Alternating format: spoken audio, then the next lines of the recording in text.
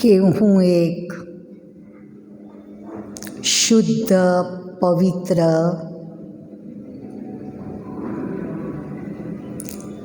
અજર, અમર, અવિનાશી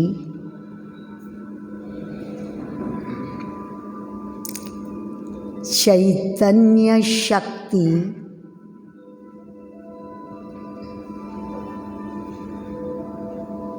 ભ્રુકુટી રૂપી આસનના ઉપર વિરાજમાન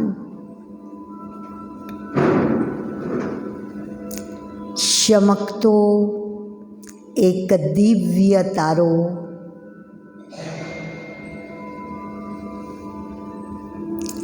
આત્મા છું.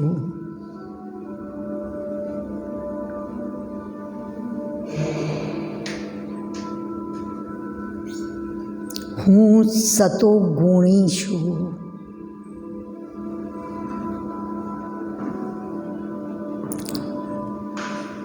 શરીર રૂપી મંદિરમાં વિરાજમાન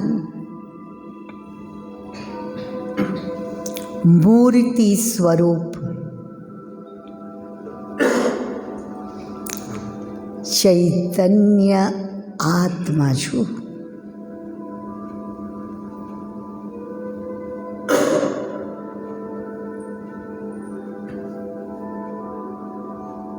મન બુદ્ધિની પાંખોના દ્વારા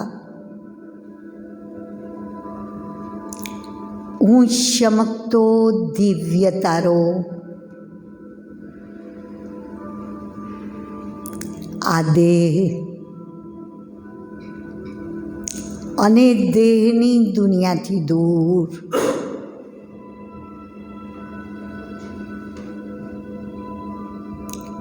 અવાજની દુનિયાથી પાર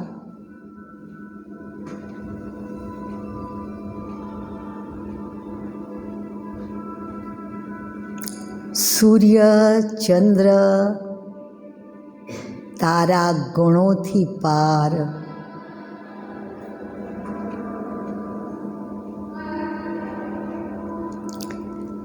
અનંત શાંતિની દુનિયા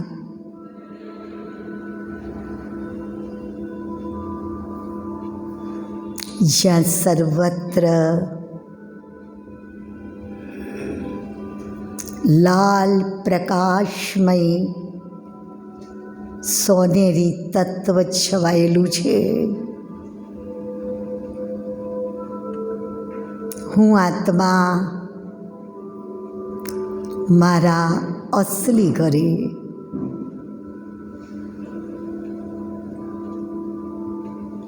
જન્મ જન્માંતરના પ્રભુ પિતા પરમાત્માની પાસે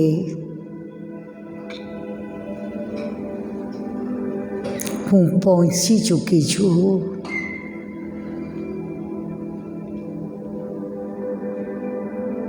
પ્રભુ પિતા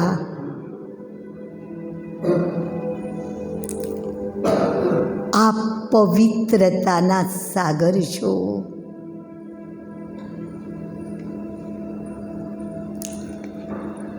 આપની પવિત્રતાની કિરણો મારી આત્માને શુદ્ધ, પવિત્ર,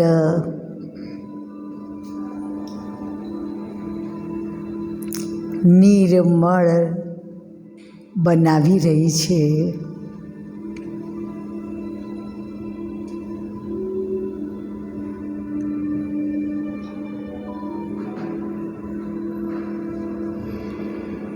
શિવ બાબા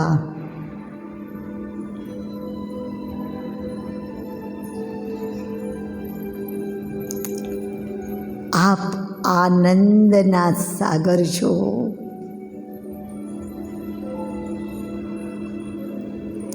આપની આનંદની કિરણો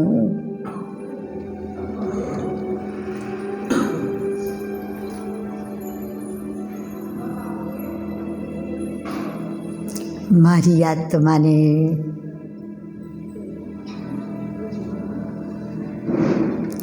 પરમાનંદનો અનુભવ કરાવી રહીશ.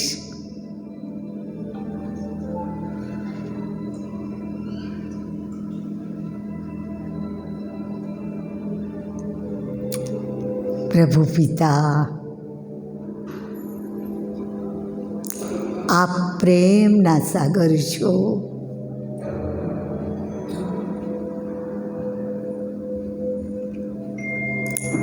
આપનો નિઃસ્વાર્થ પ્રેમ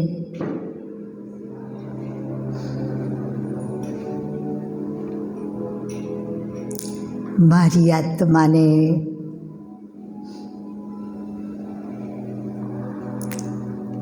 પ્રેમ વિભોર કરી રહ્યો છે.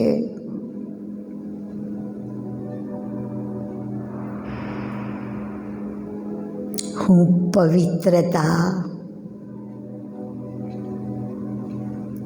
આનંદ, પ્રેમથી ભરપૂર થઈ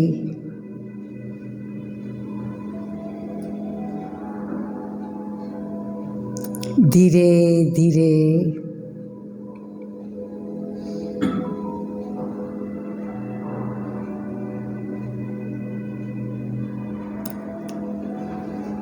આ સૃષ્ટિ રૂપી રંગમંચના ઉપર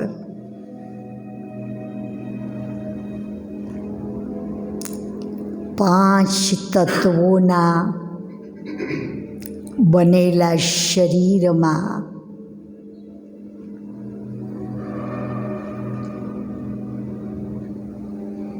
પ્રવેશ કરીને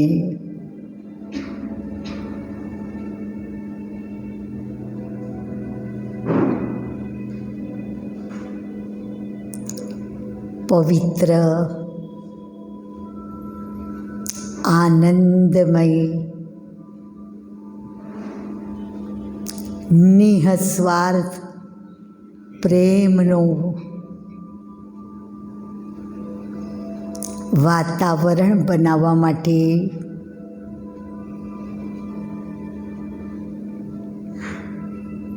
હું ફરીથી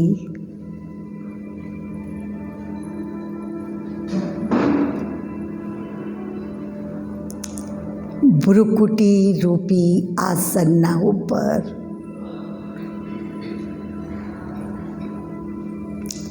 આવી ચૂકી છું.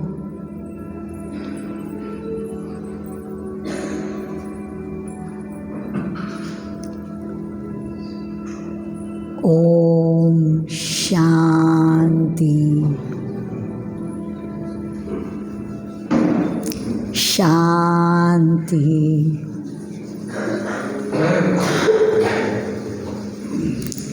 શાંતિ.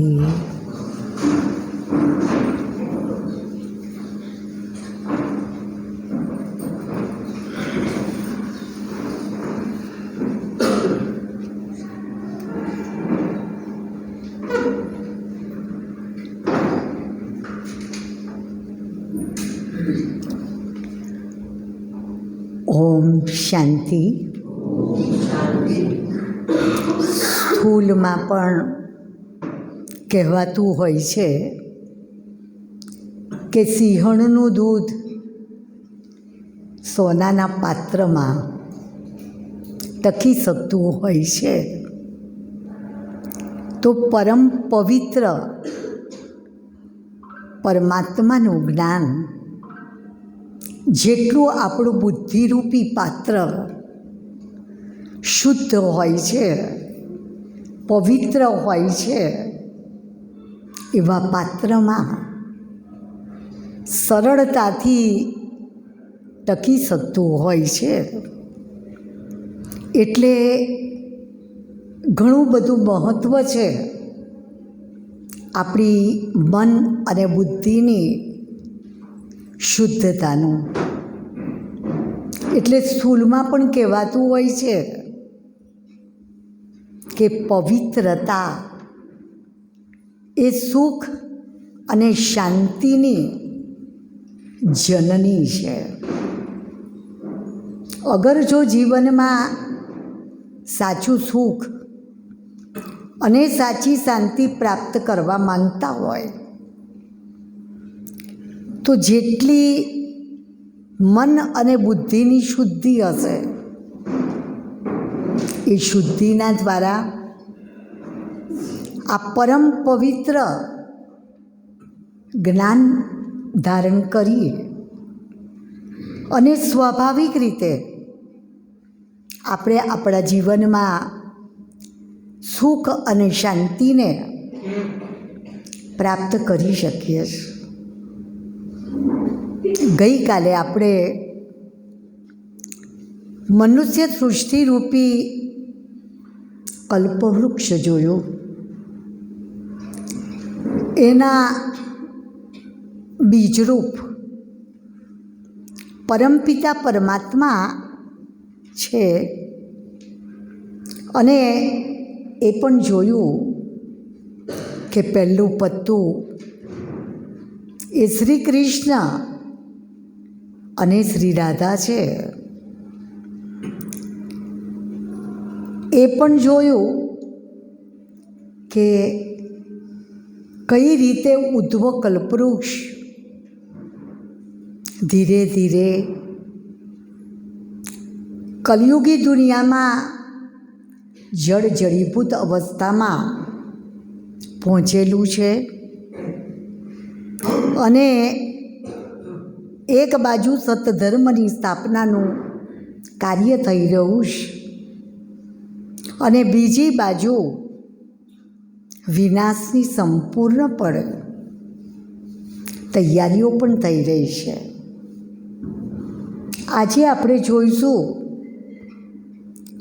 કે જ્યારે કોઈ વ્યક્તિનું મૃત્યુ થાય છે ત્યારે મૃત્યુ પછી આપણે એની 84 કરીએ છીએ અને 84માં બ્રાહ્મણને યથાશક્તિ કોઈ તાંબાની, કોઈ ચાંદીની, કોઈ સોનાની સીડી દાનમાં પણ આપે છે અને બોલવામાં બોલે છે કે અમે ફલાણાની 84 કરીએ છીએ. 84 જ બોલે છે. કોઈ એવું નથી બોલતું કે ફલાણાની અમે 84 લાખ કરીએ છીએ. બોલો છો? 84 કે 84 લાખ ના કે. તો આજે આપણે જોઈશું કે આપણી આત્મા સતયુગી દુનિયાની આદિથી લઈ અને કઈ રીતે ધીરે ધીરે સીડી ઉતરતા ઉતરતા આપણે કળિયુગમાં આવી ગયા છે. તો આપણી આત્મા કયા યુગમાં અને કેટલા જન્મ લે છે? જ્યારે વિશ્વ પિતા પરમાત્મા આ સૃષ્ટિ ઉપર આવે છે ત્યારે આવી અને આ સત્ય જ્ઞાન, સત્ય રહસ્ય આપણી મનુષ્ય આત્માઓને સંભળાવે છે. જ્યારે આપણી આત્મા સતયુગી દુનિયામાં હતી ત્યારે સંપૂર્ણ નિર્વિકારી હતી. 16 કળાથી સંપૂર્ણ હતી, સંપૂર્ણ પવિત્ર હતી, નિર્વિકારી હતી. એને કારણે 1250 વર્ષના ગાળામાં પવિત્રતાનું બળ પૂર્ણ રીતે હોવાને કારણે એને અમરલોક કહેવાય છે. અમરલોકનો મતલબ એ નથી કે એનું મૃત્યુ નથી થતું, થાય છે, પણ કોઈનું પણ અકાળે મૃત્યુ નથી થતું. એ સતયુગી દુનિયામાં આપણી આત્મા એ 8 જન્મ લે છે. એની સરાસરી આયુ 125 થી 150 વર્ષની હોય છે. એની સરાસરી આયુષ્ય. અને તમે તોય જુઓ તો કોઈ પણ દેવતાઓને તમે ઘરડા ઉંમરવાળા એ તમે નથી જોતા.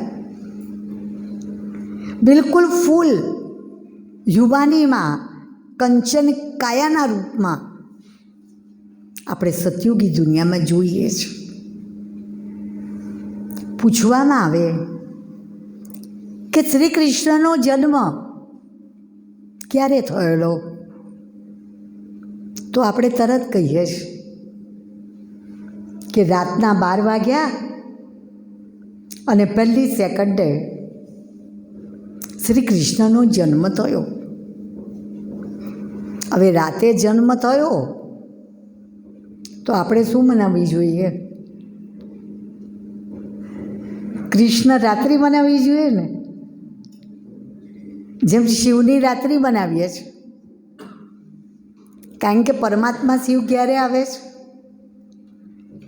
સૃષ્ટિ ચક્રમાં બતાવ્યું હતું કે સતયુગનો સમય એ 12 થી 3નો સમય છે, 3 થી 6નો સમય ત્રેતાનો છે, 6 થી 9નો સમય દ્વાપરનો છે, અને 9 થી 12નો સમય કળિયુગનો છે. એટલે શિવરાત્રિ રાતના પહેલાં, અમાવાસના પહેલાં 13ના દિવસે આપણે શિવરાત્રિ કહીએ છીએ. કારણ કે ભગવાન દિવસના નથી આવતા. જ્યારે આપણે સુખ શાંતિ સંપન્નતાથી જીવન વ્યતીત કરીએ છીએ ત્યારે ભગવાનને આ સૃષ્ટિ ઉપર આવવાની જરૂરત નથી રહેતી. પણ જ્યારે ઘોર અંધિયારી રાત થઈ જાય છે, ચારે બાજુ અજ્ઞાનતા ફેલાય છે, દુઃખ અને અશાંતિ ફેલાય છે, એવા સમયે ભગવાનને આ સૃષ્ટિ પર આવવું પડે છે. પણ આપણે શ્રી કૃષ્ણની જન્માષ્ટમી કહીએ છીએ, અષ્ટમી કહીએ છીએ. કેમ અષ્ટમી કહીએ છીએ? કારણ કે સતયુગી દુનિયામાં શ્રી લક્ષ્મી અને શ્રી નારાયણનું રાજ્ય, એની 8 ગાદી ચાલે છે. અષ્ટમી કહેતા 8 ગાદી. સતયુગના 1250 વર્ષમાં આપણી આત્મા 8 જન્મ લે છે. એટલે કૃષ્ણની અષ્ટમી કહીએ છીએ. અને શ્રી રામને માટે શું કહીએ છીએ? નવમી. આ એમને એમ નથી કહેતા. આ દરેકમાં ગુહ્ય અને ગહન રહસ્ય સમાયેલા છે. 9મો જન્મ ત્રેતા યુગમાં શ્રી રામચંદ્રજીનો છે. એ 9મો જન્મ છે. એટલે રામનવમી બનાવીએ છીએ. અને ક્ષત્રિય પરની નિશાનીમાં શ્રી રામ અને શ્રી લક્ષ્મણના હાથમાં ધનુષ અને બાણ, એ ક્ષત્રિય પરની નિશાની બતાવીએ છીએ. ત્રેતા યુગના એટલા જ સમયના ગાળામાં આપણી આત્મા એ 12 જન્મ લે છે. ત્રેતા યુગમાં આપણી આત્મા 12 જન્મ લે છે. સરાસરી આયુ 100 થી 125 વર્ષની છે. ત્યાંય કોઈનું અકાળે મૃત્યુ નથી થતું. સતયુગ અને ત્રેતામાં અખંડ ભારત હોય છે. અખંડ ભારતના ઉપર સ્વર્ગ હોય છે. સુખધામ કહીએ, જેને રામ રાજ્ય કહીએ. અખંડ ભારત જ્યારે આપણી શુદ્ધ અને પવિત્ર આત્મા જ્યારે 8 કળા ઓછી થઈ, સતયુગમાં 16 કળા, ત્રેતા યુગમાં 14 કળા અને દ્વાપરમાં 8 કળા થઈ. જન્મ લેતા લેતા લેતા આપણામાં પવિત્રતાની શક્તિ એ ઘટતી જાય છે. અને કહેવાયું કે 33 કરોડ દેવતાઓ ક્યાં ગયા? તો શાસ્ત્રોમાં એક જ ગાયન છે કે વામ માર્ગમાં ગયા. જન્મ લેતા લેતા લેતા પવિત્રતાની શક્તિ ઘટી અને આત્મા અપવિત્ર બની. ત્યારે ત્રેતા યુગના અંતમાં અને દ્વાપર યુગની શરૂઆતમાં આ સૃષ્ટિના ઉપર સેમી પરિવર્તન આવે છે. મહાવિનાશ નહીં, પરંતુ સેમી પરિવર્તન, થોડું પરિવર્તન. કારણ કે અપવિત્રતા આવી. કહેવાય છે કે સોનાની દ્વારિકા નીચે જતી રહી અને એના અવશેષો આપણે હડપ્પા સંસ્કૃતિ, મોહેન્જો દડોની સંસ્કૃતિ, બેબીલોનની સંસ્કૃતિ જે ખોદી કાઢવામાં આવી, જેના દ્વારા ભારત એક વખત સ્વર્ગ હતું, દેવી અને દેવતાઓનું રાજ્ય હતું, સારામાં સારી ટેકનોલોજી હતી, એ એનાથી સિદ્ધ થઈ. પણ દ્વાપર યુગમાં પણ તમે જુઓ, સતયુગ અને ત્રેતામાં આપણે દેવતા હતા, આપણે પૂજ્ય હતા, સંપૂર્ણ સુખી હતા. એટલે કહેવાય છે સુખ મેં સુમિરણ કોઈ ન કરે, दुख में करे सब कोई. सुख में सुमिरन जो करे तो दुख काहे को होय? है जो सुख में भगवान ने याद करिए तो दुख शा माटे होय? आवे ज नहीं. परंतु આપણું ગુજરાતીમાં કહેવાય ને કે સુખમાં સોની યાદ આવે અને દુઃખમાં રામ યાદ આવે. કહીએ છે ને.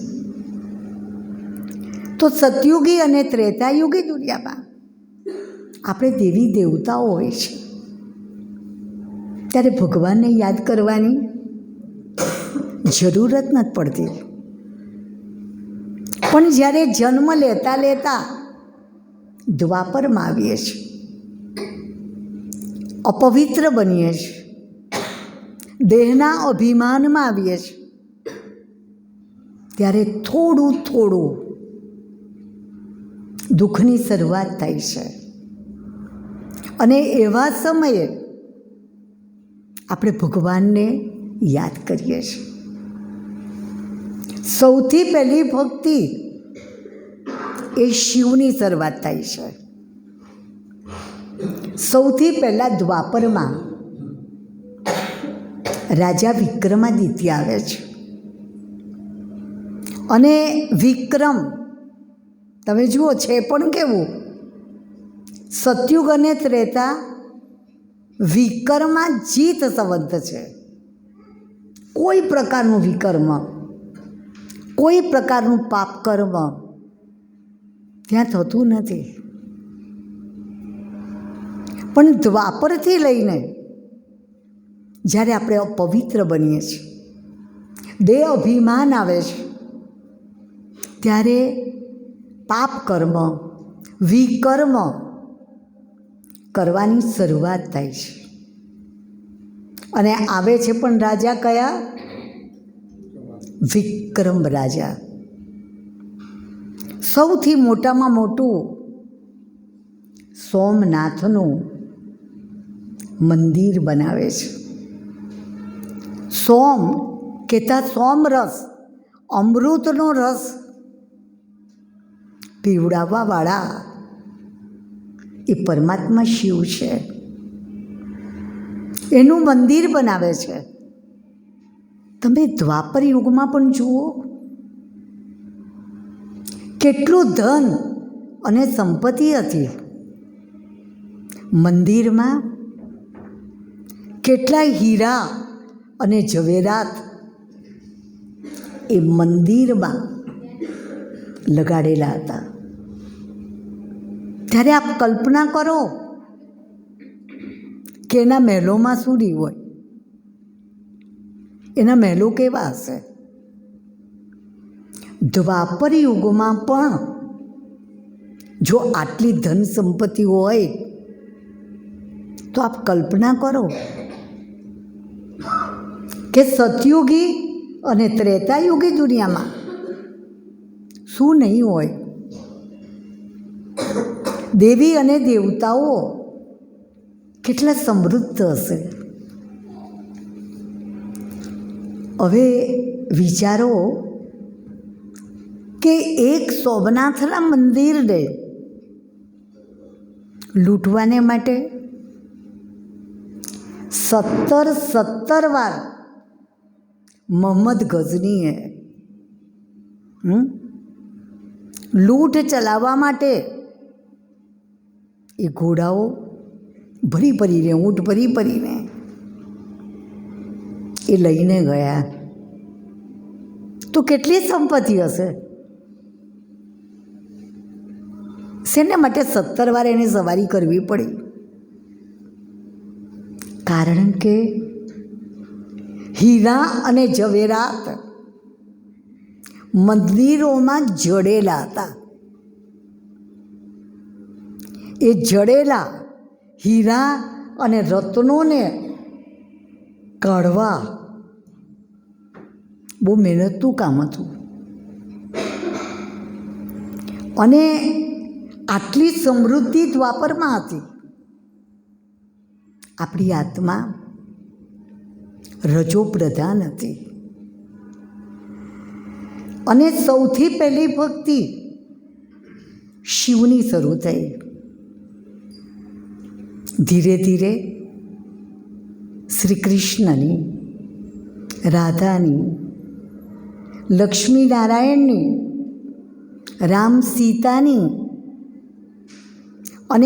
અનેક દેવી અને દેવતાઓની ભક્તિ શરૂ થઈ.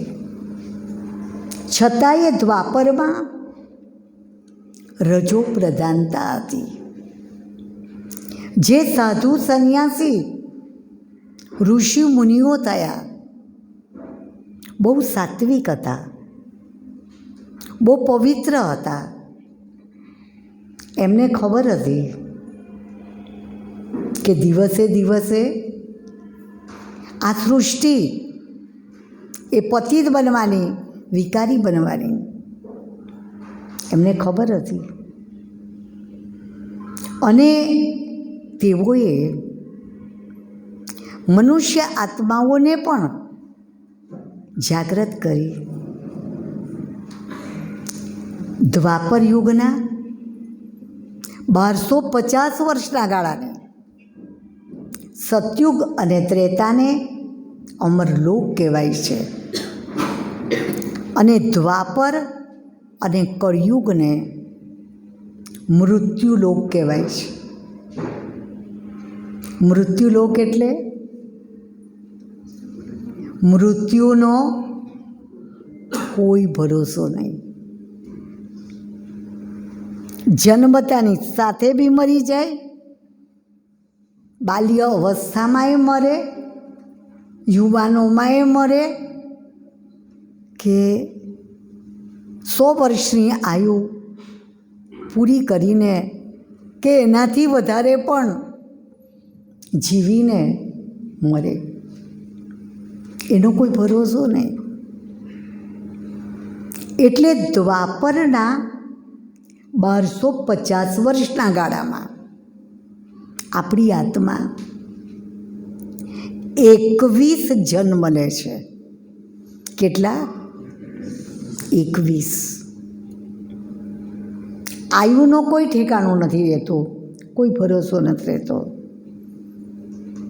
જન્મ લેતા લેતા, સીડી ઉતરતા ઉતરતા આપણે કળિયુગમાં આવ્યા. કર્મથી શુદ્ર બની ગયા, આત્મા તમોપ્રધાન બની ગઈ. ધીરે ધીરે કળિયુગના અંતમાં આપણી કળાઓ ઉતરતી ગઈ અને લોઢાનો યુગ કહીએ છીએ. આટલા જ સમયના ગાળામાં આપણી આત્મા 42 જન્મ લે છે. કેટલા? 42. હવે ગણતરી કરો. સતયુગના 8 જન્મ અને ત્રેતાના 12 જન્મ, કેટલા થયા? 20. દ્વાપરના 21, કેટલા થયા? 41. અને કળિયુગના 42, કેટલા જન્મ થયા? 83. આપણે 84 કહીએ છીએ. એક જન્મ કયો? કયો? તમે બધા લઈ ચૂક્યા છો. કયો જન્મ? જેમ દુનિયામાં પણ કોઈ વ્યક્તિ મરણ તોલે આવી ગયા હોય, ખબર પડે કે બસ હવે જીવશે નહીં, પરંતુ એવી વ્યક્તિ પણ જીવી જાય તો આપણે શું કહીએ? કે તમારો તો નવો જન્મ થયો કહીએ ને. શરીર તો એનું એ છે, આત્મા એની એ છે, પણ નવો જન્મ કહીએ છીએ. કળિયુગમાં જન્મ લેતા લેતા આપણે બધા જ કર્મથી શુદ્ર બની ગયા છે. ગઈકાલે મેં બતાવ્યું આપને કે સ્વયં વિશ્વ પિતા પરમાત્મા એ સત્ય ધર્મની સ્થાપના કરવાને માટે બ્રહ્માના તન દ્વારા જે તનમાં પ્રવેશ કરે છે એને ગુણવાચક નામ આપે છે પ્રજાપિતા બ્રહ્મા. એના મુખ કમળ દ્વારા આપણને આ સત્ય જ્ઞાન આપે છે. સત્ય જ્ઞાન આપે છે. કઈ રીતે આપે છે? મુખના દ્વારા. કહેવાય છે બ્રહ્માના મુખ કમળથી બ્રાહ્મણોની ઉત્પત્તિ થઈ. તો અત્યારે શું થયું? આપણે બધા કર્મથી શૂદ્ર બની ગયેલા હતા અને પરમાત્માનું જ્ઞાન મુખ કમળ દ્વારા આપણે સાંભળી રહ્યા છીએ. આમ તો જોઈએ તો બ્રહ્માએ સૃષ્ટિનું સર્જન કર્યું, તો બ્રહ્માના બધા સંતાનો એ કોણ થઈ ગયા? બધા જ બ્રહ્માના પુત્રો અને બધા જ બ્રહ્માની પુત્રીઓ નહીં. પરંતુ બ્રહ્મા જેવું પવિત્ર જીવન, નિર્વિકારી જીવન, શુદ્ધ જીવન, પવિત્ર જીવન બનાવવાવાળા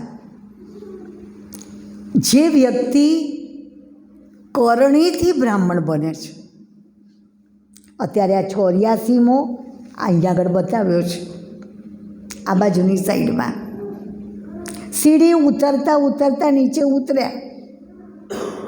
ભગવાન આ કળયુગના અંતમાં સંગમ પુરુષોત્તમ યુગમાં આવ્યા છે અને આવી અને આપણને સત્ય જ્ઞાન આપીને કરણીથી સાચા અર્થમાં બ્રાહ્મણ, જન્મથી ગમે તેવો હોવ પણ કરણીથી સાચા અર્થમાં બ્રાહ્મણ બનાવે છે. અને કરણીથી બ્રાહ્મણ બનેલી આત્મા એ બ્રાહ્મણ દેવતા બને છે. હવે ઉતરવામાં આપણને કેટલા વર્ષ લાગ્યા? કેટલા વર્ષ લાગ્યા? 5000 વર્ષ લાગ્યા ને. સતયુગી દુનિયાથી લઈને ઉતરતા 5000 વર્ષ લાગ્યા. અને હવે ચડવાનું હોય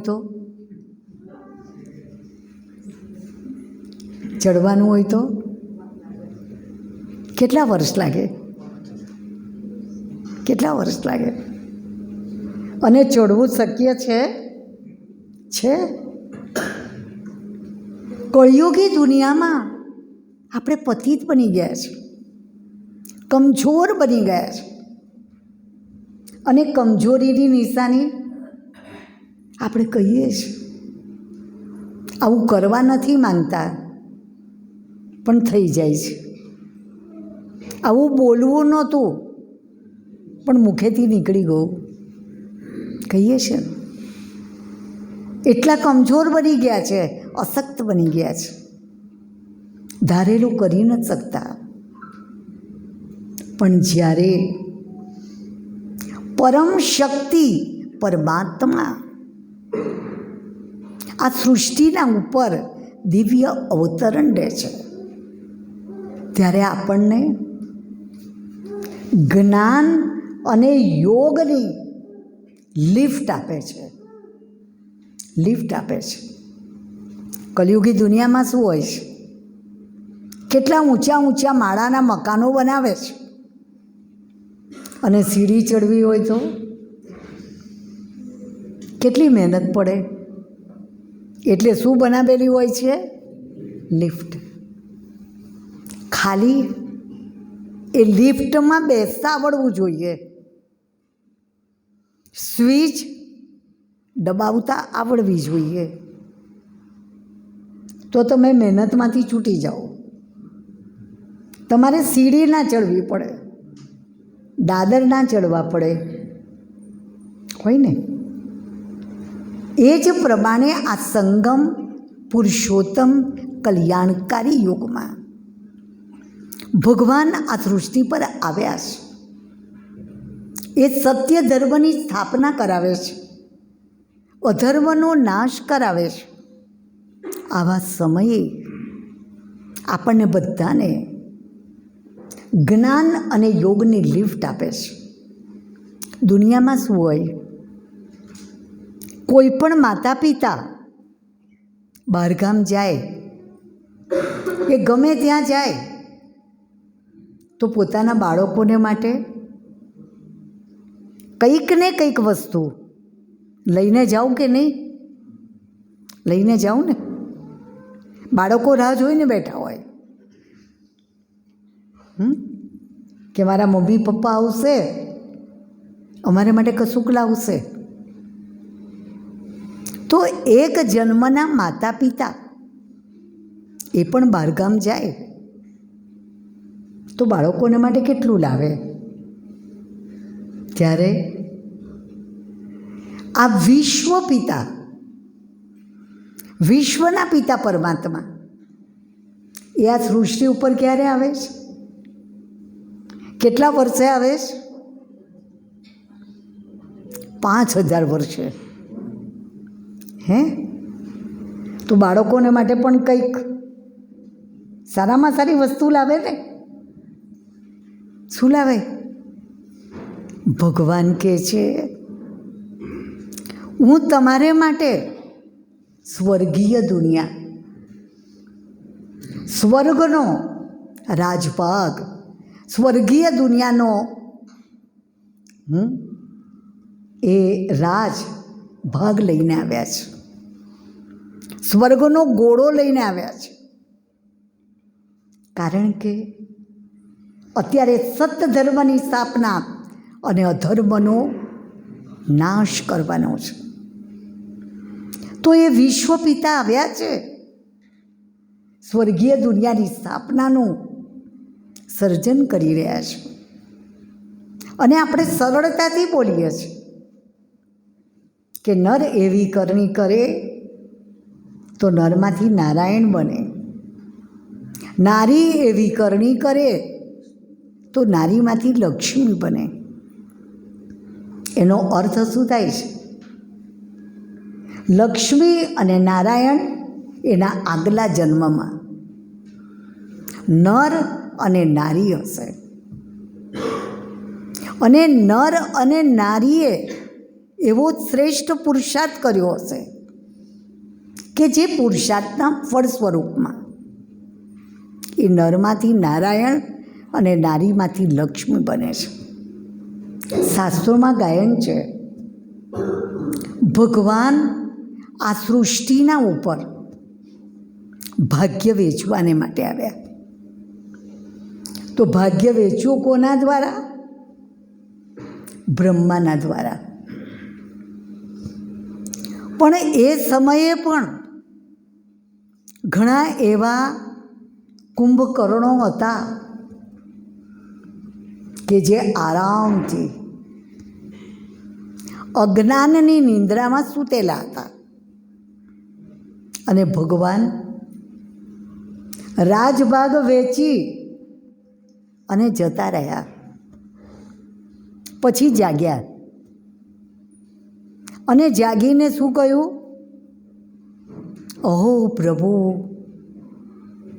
તારી લીલા અપરંપાર, તું આવીને જતો રહ્યો તોય અમને ખબર ના પડી.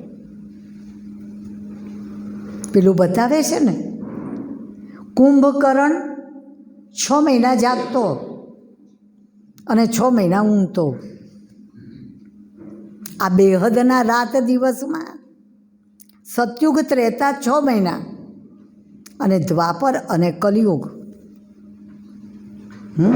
એ 6 મહિના. અત્યારે બધાને ગર્જના કરી કરીને તમને એમ થશે કે આ લોકો આટલી મહેનત કેમ કરી રહ્યા છે? નિસ્વાર્થ ભાવે તમારી પાસે કોઈક લેવાની અપેક્ષાથી કરીએ છીએ. કેમ? તમે મામૂલી એકાદ બે ડ્રેસ લઈને આવ્યા હોય તો એ તમે શું કરો? શું કરો? કેટલાને બતાવો? બતાવો કે નહીં? કે છુપાવીને રવા દો?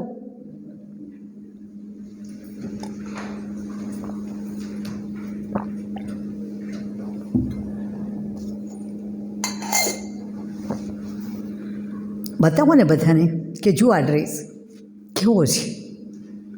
પેલા કે ક્યાંથી લાવ્યા? બતાવો ને. ત્યારે આ કળયુગના અંતમાં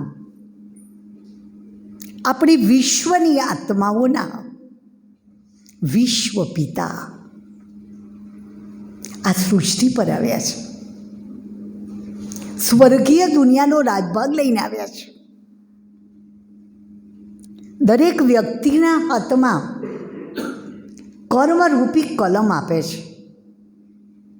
દરેકને પોતપોતાના હાથમાં અત્યારે કર્મની કલમ આપી છે. તમે તમારું ભાગ્ય તમે જેવું નિર્માણ કરવા માંગો એ તમે કરી શકો છો. પરંતુ પરમાત્માનો જન્મ દિવ્ય છે, અલૌકિક છે,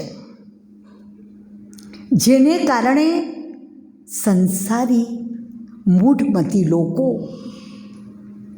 એને ઓળખી ન શકતા. પ્રત્યક્ષને પ્રમાણની જરૂરત છે. જો અત્યાર સુધીના ગાળામાં તમે કોઈ જ્ઞાન આવું સાંભળ્યું હતું? ચલો કોઈ ગુરુના દ્વારા હોય તો એ ગુરુના કેટલા ચેલા હોય? કોઈ એક તો ના હોય, એક જ બ્રહ્મા ચેલા હોય. ગાયન છે, પરમાત્મા બ્રહ્માના દ્વારા સ્થાપના કરે છે. પરમાત્માએ આવીને જ્ઞાન આપ્યું. અત્યારે સતયુગી દુનિયાની રાજધાનીની સ્થાપના થઈ રહી છે. રાજધાનીમાં કોણ હોય? રાજા હોય, રાણી હોય, પ્રજા હોય, દાસ દાસી હોય, નોકર ચાકર હોય ને, અને મૃતદેહને સળગાવવાવાળા ચંડાળ પણ હોય. બધા હોય ને. તો અત્યારે સતયુગી દુનિયાને સ્થાપનાનું, સતધર્મની સ્થાપનાનું મહાન કર્તવ્ય ચાલી રહ્યું છે. એમાં તમે જેવા કર્મ કરો એવા કર્મનું ફળ તમને સતયુગી અને ત્રેતાયુગી દુનિયામાં અત્યારના કરેલા કર્મનું પ્રારબ્ધ છે. દુનિયામાં કહેવાય છે, એક કન્યા એવી હોય તો એની 21 પેઢી રહેતા રહે. સાંભળ્યું છે ને? કેટલી પેઢી કહેવાય? 21. કેમ 21? સતયુગના 8 જન્મ, ત્રેતાના 12 જન્મ, 20 જન્મ, અને અત્યારનો જન્મ. તમે શ્રેષ્ઠ બનાવો, તમે કરણીથી બ્રાહ્મણ બનો, તમે તમારી આત્મા જે છે, જેવી છે એને ઓળખો, પરમપિતા પરમાત્માને ઓળખો, તો તમે પણ તમારું જીવન કેવું સાર્થક બનાવો. આ અત્યારનું જીવન પણ તમે શ્રેષ્ઠ બનાવી દો. યોગી એ કર્મ કુશળ છે. એનામાં કર્મ કરવાની કુશળતા આવે છે. ઓછા સમયમાં ઘણું કાર્ય કરી શકે છે. એની કાર્ય કરવાની ક્ષમતા આવે છે. એનામાં અનેક પ્રકારની શક્તિઓ, એનો સંચાર થાય છે. તો પરમાત્મા અત્યારે સ્થાપનાનું કાર્ય કરાવી રહ્યા છે. તમારા હાથમાં તમારું ભવિષ્ય છે. તો ભગવાન પિતા આવ્યા હોય તો મારી તો ફરજ છે ને, જેને ઓળખ્યા, જેને જાણ્યા, એની ફરજ છે કે દરેકને સંદેશો આપો. કારણ કે તમે બધા કોણ છે? પરમાત્મા વિશ્વ પિતા. તો આપણે પિતાના બધા સંતાનો કોણ છે? ભાઈઓ અને બહેનો છે. અહીંયા ગુરુડમ નથી. અહીંયા કોઈ ગુરુડમ નથી. ગુરુઓના સિંહાસન નથી. એ રાજગાદી નથી. આ જ ગાદીના ઉપર બેસીને હું જ્ઞાન આપું, બીજા જ્ઞાન આપે, બીજા સમજાવે. આ એક પરિવાર છે. કહેવાય છે ને, વસુધૈવ કુટુંબકમ. ભગવાન વિશ્વ પિતા છે. આપણે બધા એની સંતાન છીએ. એટલે એ વિશ્વ પિતાનું સત્ય જ્ઞાન અત્યારે આ વિશ્વમાં 140 દેશોમાં આ વિદ્યાલયના કેન્દ્ર આવેલા છે. અને દરેક ધર્મની આત્માઓ, સત્ય તો એક છે, વિશ્વ એકને માને છે. આપણે બોલીએ પણ છીએ સબકા માલિક એક. भगवान को, अल्लाह को, गॉड फादर को के एकोकार सतनाम करता निराकार को बधानी आंगળી ક્યાં જાય? ક્યાં જાય? ઉપર જાય છે? નીચે જાય છે? કોઈનામાં? આપણે એક પિતાની સંતાન છીએ, ભાઈ બહેન છે. અમારી ફરજ છે કે જેણે પરમાત્માનો સંદેશ જાણ્યો છે એ બીજાને આ સત્ય જ્ઞાન આપે છે. પણ એક વાત કહું, આ જ્ઞાન કોની બુદ્ધિમાં બેસશે? કોની બુદ્ધિમાં બેસશે? જે આત્માઓ સતયુગમાં દેવી અને દેવતા હતા, નીચે ઉતરતા ઉતરતા આપણે કળિયુગના અંતમાં આવ્યા. જે દેવતા હતા એને આ સત્ય જ્ઞાન મળશે ને, એ તરત ફરીથી શ્રેષ્ઠ કરણી કરી અને દેવી અને દેવતા બનવાનો પ્રયત્ન કરશે. અને બાકીના તો શું કહેવાના? આ તો બધી કલ્પના છે. કારણ કે બિચારા સ્વર્ગમાં ગયા જ નથી. એને સ્વર્ગનો અનુભવ નથી કર્યો, એટલે એને ગળે ઉતરે નહીં. એ બધી આત્મા તમે જ્ઞાનમાં આવો કે ન આવો, તમને સત્ય લાગે કે ન લાગે, દુનિયાનો વિનાશ થવાનો છે અને દરેક આત્માઓને પોતાના અસલી ઘરે જવાનું છે. આ સીધી વાત છે.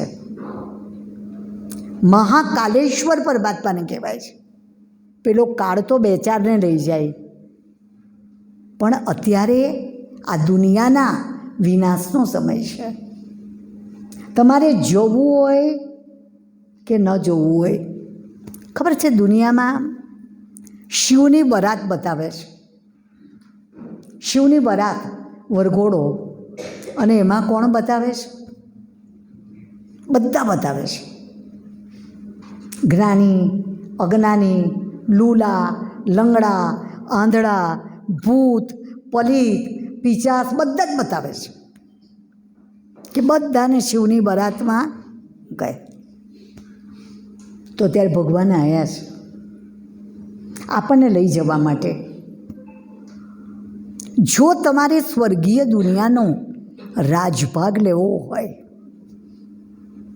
તો તમે જેવા શ્રેષ્ઠ કર્મ કરશો એ કર્મનું ફળ,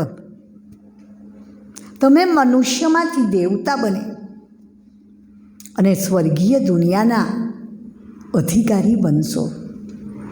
કહેવાય છે ને કે ભક્તિનું ફળ આપવાને માટે સ્વયં ભગવાનને આ સૃષ્ટિ પર આવવું પડે છે. તો આપણે દ્વાપરથી લઈને કેટલી ભક્તિ કરી? ઘણી ભક્તિ કરી, અત્યારે પણ કરી રહ્યા છે. આ ભક્તિનું ફળ આપવાને માટે સ્વયં ભગવાન આ સૃષ્ટિ પર આવ્યા છે. પણ તમે ધ્યાન રાખજો, કહેવાય છે જે તકની દેવી હોય છે એ તકની દેવીના વાળ આગળ હોય છે અને ટાલ પાછળ હોય છે. એ તક આવે, એ તકને તમે ઝડપી લો તો તમે તમારા જીવનને સાર્થક બનાવી શકો છો. તક જતી રહેશે પછી શું બચશે? ટાલ. ટાલ પકડાય? ટાલ પકડી શકો? નહીં પકડી શકો. હજી એ સમય છે. આવતીકાલનો આપણો ટોપિક છે ગીતા જ્ઞાનનો ટોપિક. પરમાત્મા સૃષ્ટિ પર આવ્યા છે. આ યુદ્ધનું મેદાનનું સમય છે, કુરુક્ષેત્રનું મેદાન છે. ભગવાન ગીતા જ્ઞાન સંભળાવી રહ્યા છે. એમાં કયો અધ્યાય ચાલી રહ્યો છે? કૌરવ કોણ, પાંડવ કોણ, યાદવ કોણ, કઈ રીતે ગીતા જ્ઞાન આપી રહ્યા છે? બહુ સુંદર આવતીકાલનો ટોપિક છે. તમે સમજશો, તમને ખ્યાલ આવશે કે અત્યારે કયો સમય ચાલી રહ્યો છે. હવે આવા સમયે તમારું તકદીર તમારા હાથમાં છે. શાને માટે આટલો મોટો પ્રોગ્રામ કર્યો? સંદેશ આપવા. તમારા ઘરે ઘરે આવીને અમારા ભાઈ બહેનો આવ્યા. કશું ફંડ ફાળા તો ઉઘરાવા નહોતા આવ્યા. કીધું કે તમે કોઈ પૈસા આપો કે કોઈ વસ્તુ આપો. કયું? શેને માટે? ભાઈઓ, તમે અમારા આત્મિક ભાઈઓ છો, તમે અમારી આત્મિક બહેનો છો. તમને સત્ય સંદેશો આપવાનો છે. કાલે તમે ઠપકો ન આપો કે ભગવાન આવીને જતા રહ્યા, તમને ખબર હતી તોય તમે ના કહો. આ સત્ય સંદેશ અમે તમને આપવા માંગતા હતા અને માંગીએ છીએ, માનીએ છીએ કે જેના તકદીરમાં હોય છે, નસીબમાં હોય છે, એ જ એના જીવનને શ્રેષ્ઠ અને ઉન્નત બનાવી શકે છે. અત્યારે આ સમયને ઓળખવાની જરૂર છે. આપણે સ્થૂલમાં પણ શું કરીએ? જ્યારે સમય હોય, અત્યારે આ સિઝન ચાલે છે, આ વસ્તુ ભરવાની છે, આ વસ્તુ બનાવવાની છે, આ વસ્તુ વાવવાની છે, તો આપણે શું કરીએ? સિઝનમાં કરી લઈએ ને. અને સિઝન વગર વાવણી કરીએ તો ફળદ્રુપ ના થઈ શકે, એ પ્રાપ્તિ ના કરી શકીએ આપણે. અત્યારે કળિયુગના અંતમાં ભગવાન ધર્મગ્લાનિના સમયમાં આ સૃષ્ટિ પર આવે છે. આ સંગમ પુરુષોત્તમ યુગ, હીરા તુલ્ય યુગ કહેવાય છે. હીરા જેવો યુગ છે. જો તમે તમારા જીવનને સાર્થક બનાવી દો તો. હવે મેં 84 જન્મની વાત બતાવી, પણ એક વાતને સ્પષ્ટીકરણ કરું, તમને બધાને થશે કે આપણી આત્મા, મનુષ્ય આત્મા મનુષ્ય યોનિમાં જન્મ લે છે કે એને બીજી કોઈ અન્ય યોનિમાં જવું પડે છે. આમ તો આપણે કહીએ જ, જેવું બી એવું ફળ. હું કેરીનું બી વાવું તો એમાં મને શું મળે? કેરી જ મળે. હું અપેક્ષા રાખું કે મને એમાં જામફળ કે ચીકુ કે મને સંતરા મળે, મળે. તો આત્માઓ પણ દરેક અલગ અલગ ક્વોલિટીના બી છે, ચૈતન્ય બી છે. વિજ્ઞાનના યુગમાં જીવીએ છીએ. વૈજ્ઞાનિકોએ અમુક વ્યક્તિઓને હિપ્નોટિઝમની શક્તિના દ્વારા એના 300 વર્ષ, 500 વર્ષ અને 700 વર્ષ એની સ્મૃતિ એને અપાવવામાં આવી. કોઈ પણ વ્યક્તિએ એવું નહીં બતાવ્યું, એના જન્મો બતાવ્યા, એનું સંશોધન કરવામાં આવ્યું, એ સત્ય હતું. એક પણ જણાએ એવું નથી બતાવ્યું કે એના એક પણ જન્મમાં કોઈ જાનવર હતા. તમે સાંભળ્યું? ઘણાને આગલા જન્મની સ્મૃતિ આવે છે. કોઈએ કહ્યું કે હું કૂતરો હતો, બિલાડી હતી, જાનવર હતો. મનુષ્ય શું કહે છે? દુનિયાના લોકો શું કહે છે? કે કેટલા પુણ્ય કર્મ કરીએ ત્યારે મનુષ્યનો જન્મ મળે, પાપ કર્મ કરીએ તો જાનવર યોનિમાં જવું પડે. બરાબર છે? તો અત્યારે આ કળયુગી દુનિયામાં દિવસે દિવસે પાપ કર્મ વધી રહ્યા છે કે ઘટી રહ્યા છે? વધી રહ્યા છે ને. એનો અર્થ એ થાય છે કે મનુષ્ય ઘટતા જવા જોઈએ અને જાનવરો વધતા જવા જોઈએ. પણ અત્યારે મનુષ્યની વસ્તી વધી રહી છે. બીજું, જો પાપ કર્મને ભોગવવા માટે જાનવર યોની જ હોય કે બીજી કોઈ યોની જ હોય તો મનુષ્યના જન્મમાં આપણે બધા એક સરખા હોવા જોઈએ. કારણ કે પાપ કર્મ તો બીજી યોનિમાં ભોગવીને આવ્યા અને પછી આ અતિ દુર્લભ આપણને જન્મ મળ્યો, તો બધા સમાન હોવા જોઈએ. કોઈ સાહુકાર કેમ? કોઈ ગરીબ કેમ? કોઈ ભિખારી કેમ? કોઈ લૂલા લંગડાને આંધળા કેમ? કોઈ અપંગ કેમ? આ ફરક શું છે? આપણે કોઈ બિલકુલ દુઃખી, ગરીબ, ભિખારીને જોઈએ, એના બાળકને જોઈએ, ત્યારે આપણે દયા આવે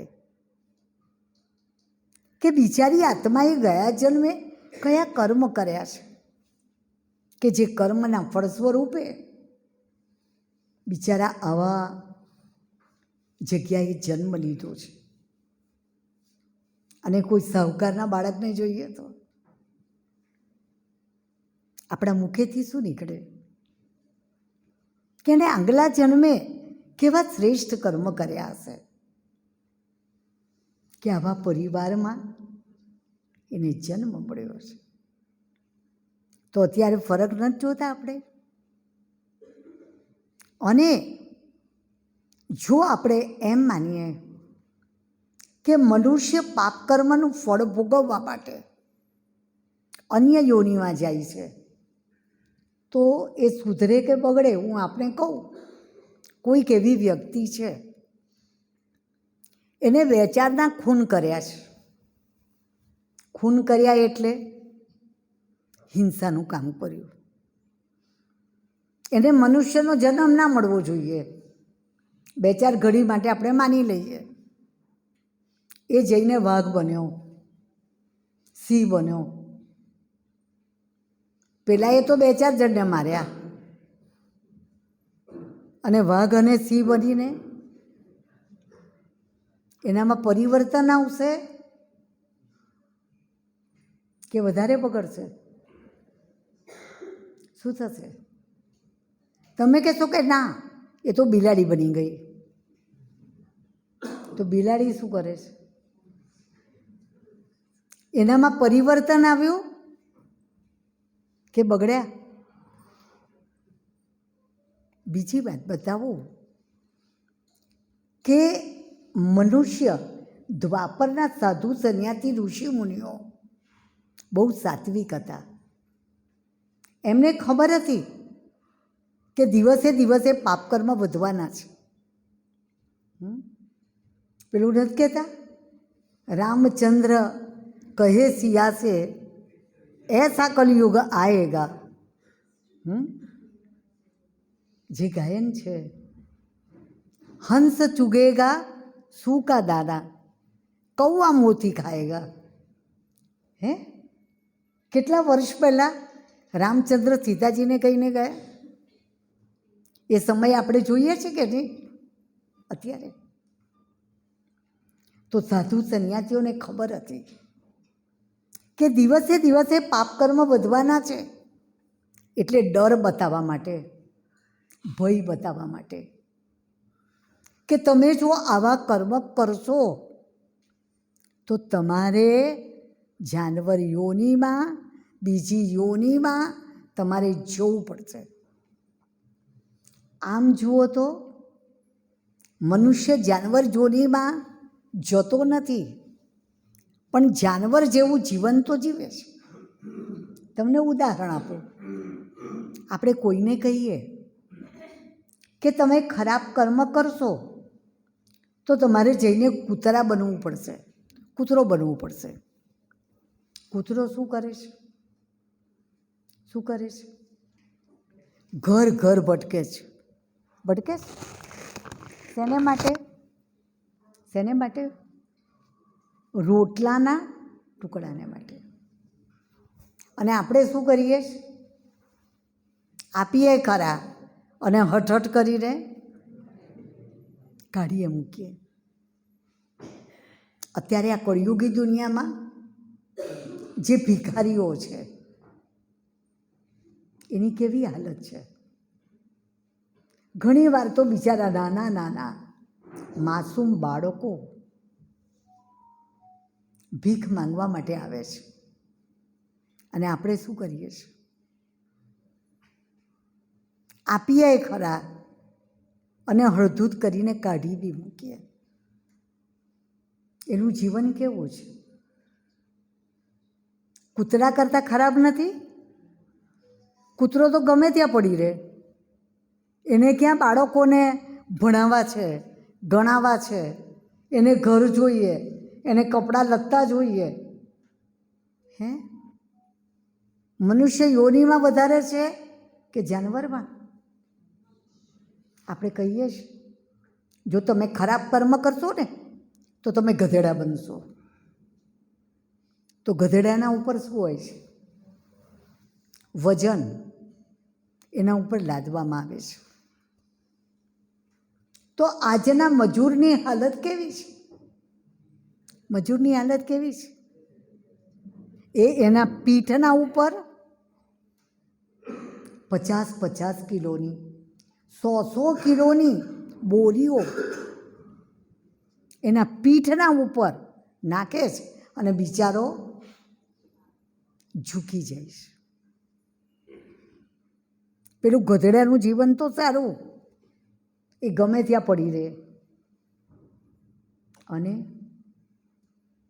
આ મજૂરી કરવાવાળા વ્યક્તિ, એને બાળકો નહીં હોય, એને ઘર ના જોઈએ, એને બાળકોને ભરણ પોષણ ના કરવું પડે, કપડાં લત્તા ના જોઈએ, એને ભણાવવા ના પડે?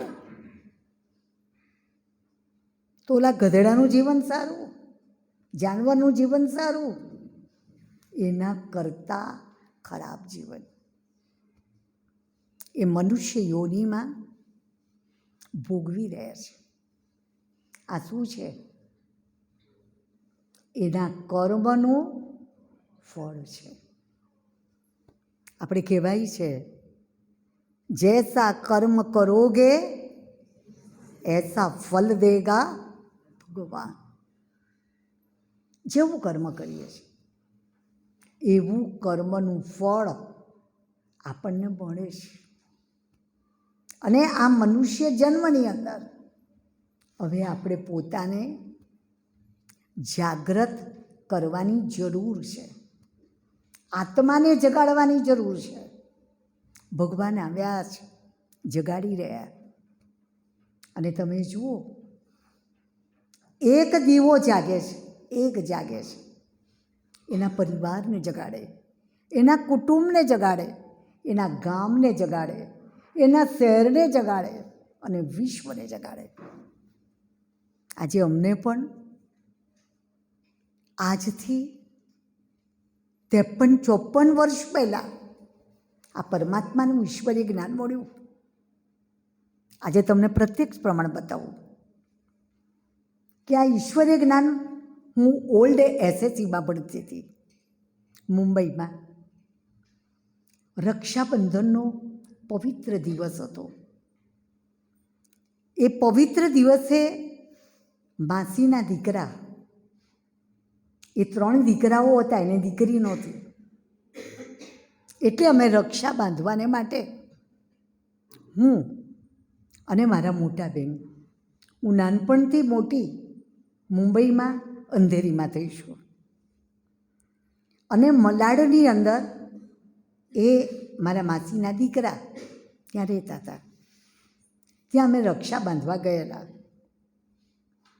ત્યાં આગળ મુંબઈમાં મલાડમાં રેલવે સ્ટેશનની નજીકમાં બહુ જ સ્થાન પર આ સુંદર પ્રદર્શન ચિત્રોનું લાગેલું હતું. મારા ભાઈએ જોયેલું એટલે અમને કહ્યું કે આ બહુ સરસ પ્રદર્શન છે, ચલો તમને લઈ જાઓ. અમે રક્ષા બાંધી અને બપોર પછી અમને એ બતાવવા માટે લઈ ગયા. હું અને મારા મોટા બેન ચંદ્રિકાબેન, અમે બંને બહેનો હતા. અને પ્રદર્શન જોયું, બહુ સુંદર પ્રેરણા મળી. આમે ધાર્મિક પરિવારમાં જન્મ થયેલો મારા પિતા હતા, ફાધર, એ હનુમાનના ચુસ્ત ભગત હતા. સવારે ઉઠે, નાહી ધોઈ અને હનુમાન ચાલીસા જોર જોરમાં બોલે. મારા મધર એ શિવ અને કૃષ્ણના બહુ માને. સવારના પોરમાં જ્યાં નાસ્તો બનાવતા હોય, શંભુ ચરણે પડી માંગું ઘડીએ ઘડી દર્શન આપો, બસ એ સંસ્કાર હતા. નાનપણથી રસોઈ બનાવતા બનાવતા, ચા પાણી બનાવતા બનાવતા આ અમને કાનો સાંભળવા મળતું. સાત્વિક પરિવારમાં જન્મ હતો અને આ ઈશ્વરીય જ્ઞાન મળ્યું. જ્ઞાન મળ્યું, સાપ્તાહિક પાઠ્યક્રમ કર્યો, ભણવાનું ચાલુ હતું. ભણતા ભણતા રોજ સવારે આમ અંધેરીમાં પણ એ 7 બંગલા આગળ સેન્ટર હતું, પણ એ બસથી જવું પડે, બસોમાં બહુ લાઈન લાગે.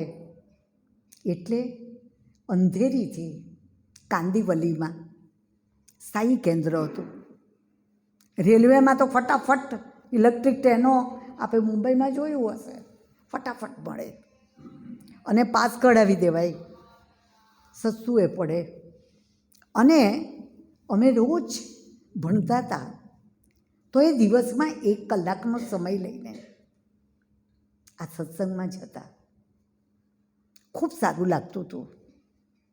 ત્યાર પછી બોમ્બેથી માઉન્ટ આબુ ગયા, જે પરમાત્માની અવતરણ ભૂમિ છે.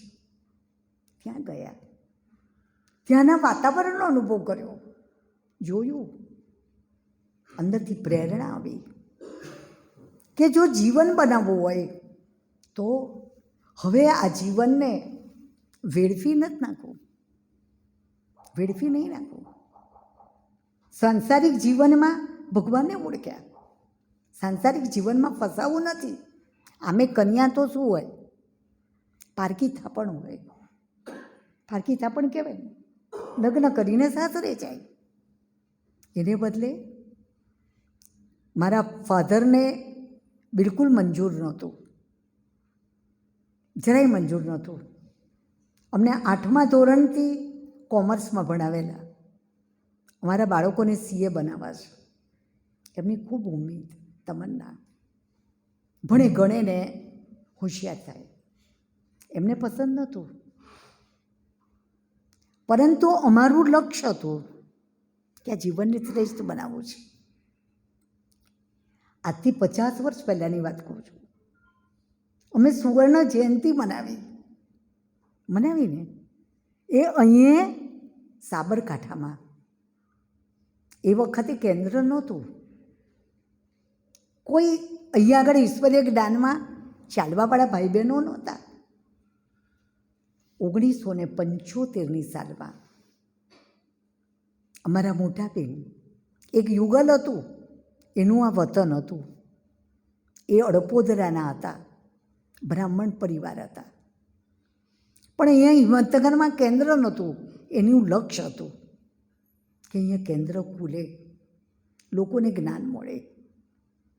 અને મારા મોટા બેન પહેલાં આવ્યા, 1 મહિના પછી હું આવી, 1975ની સાલ.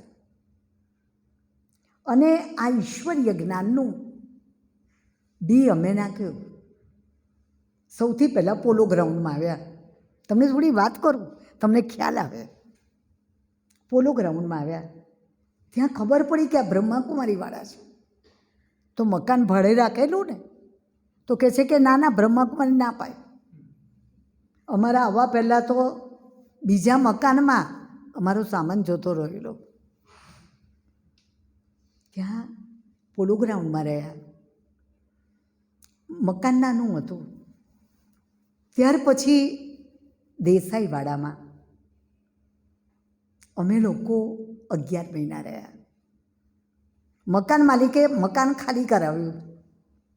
તમે જુઓ, કહેવાય ને, હરિનો માર્ગ છે સુરાનો, નહીં શાયરનું કામ જોને. કોઈ પણ સારા કામમાં 100 વિઘ્ન હોય છે. પેલા મકાન માલિકને ચડાવે કે જો આ લોકો હશે ને, તમારું મકાન નહીં ખાલી કરે, અને આ તો બધું સારું ના કહેવાય. મકાન માલિકે કહ્યું, અમે કહ્યું હતું 1 મહિના પહેલાં કહેજો, અમે મકાન ખાલી કરી આપીશું. એણે કહ્યું મકાન ખાલી કરો. ત્યાર પછી અમે ઘણા મકાનો શોધ્યા, પણ સંસ્થાને અનુરૂપ એવા ભાડાના મકાનો મળતા નહોતા. હવે અઠવાડિયાની જ વાર હતી, અમારે મકાન ખાલી કરવાનું હતું. એવામાં આપણે સંગીતા બિલ્ડિંગ, જે ટોકીઝ, હિંમત ટોકીઝ, એની પાસે સોની ડૉક્ટરનું દવાખાનું, નીચે દુકાનો છે. 1st અને 2nd ફ્લોર એ સોની ડૉક્ટરનો, અને 3જો માળ એ ખાલી હતો. એ એક જૈન હતા, એ જે મકાન માલિક હતા, એની કેપેસિટી નથી કે 3 માળનું મકાન બનાવે. પણ જ્યારે પાયાની ખોદકામ કરતા હતા ત્યારે ચોરું મળ્યો, એમાં ધન સંપત્તિ મળી, અને એના આધારે એને 3 માળનું મકાન બનાવ્યું. જૈન હતા ભાઈ.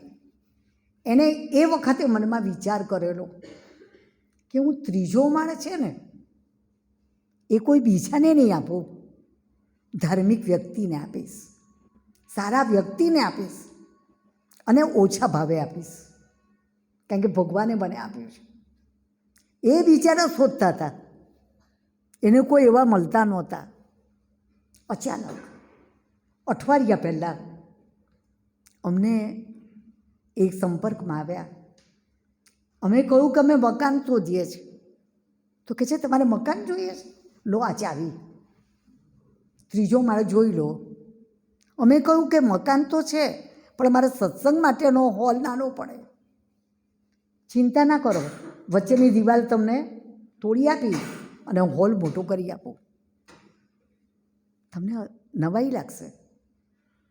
આ ભગવાનની કમાલ જુઓ. માત્ર 330 રૂપિયા એનું ભાડું. અમે જ્યાં સુધી રહ્યા 1 પણ રૂપિયો એમણે ભાડું વધાર્યું નહોતું. એમણે કહ્યું કે તમે તો કોણ છો? સાધ્વીઓ છો, તમારું જીવન આટલું પવિત્ર છે, આટલા ભાઈઓ બહેનો આ સત્સંગમાં આવે છે. એમણે ખાલી નહોતું કરાવ્યું, પણ અમે સંસ્થાની રીતે મહાવીરનગરમાં મકાન બનાવ્યું, એટલે અમે શિફ્ટ થયા. તમે જુઓ, કાર્યમાં વિઘ્નો તો આવે. અને આજે 50 વર્ષ થયા. આ 50મું વર્ષ છે. પ્રત્યક્ષને પ્રમાણની જરૂર છે. અમારા વિદ્યાલયના આજે કેટલા સ્થાયી કેન્દ્રો છે. અત્યારે આ સાબરકાંઠા સબઝોનમાં અહીંયા હિંમતનગર, જાદર, ઈડર, વડાલી, ખેડબ્રહ્મા, આ બાજુ ગોટોડા, આ બાજુ પ્રાંતિજ, મોડાસા, તલોદ, આ બધી જગ્યા પર અમારા સ્થાયી કેન્દ્રો છે.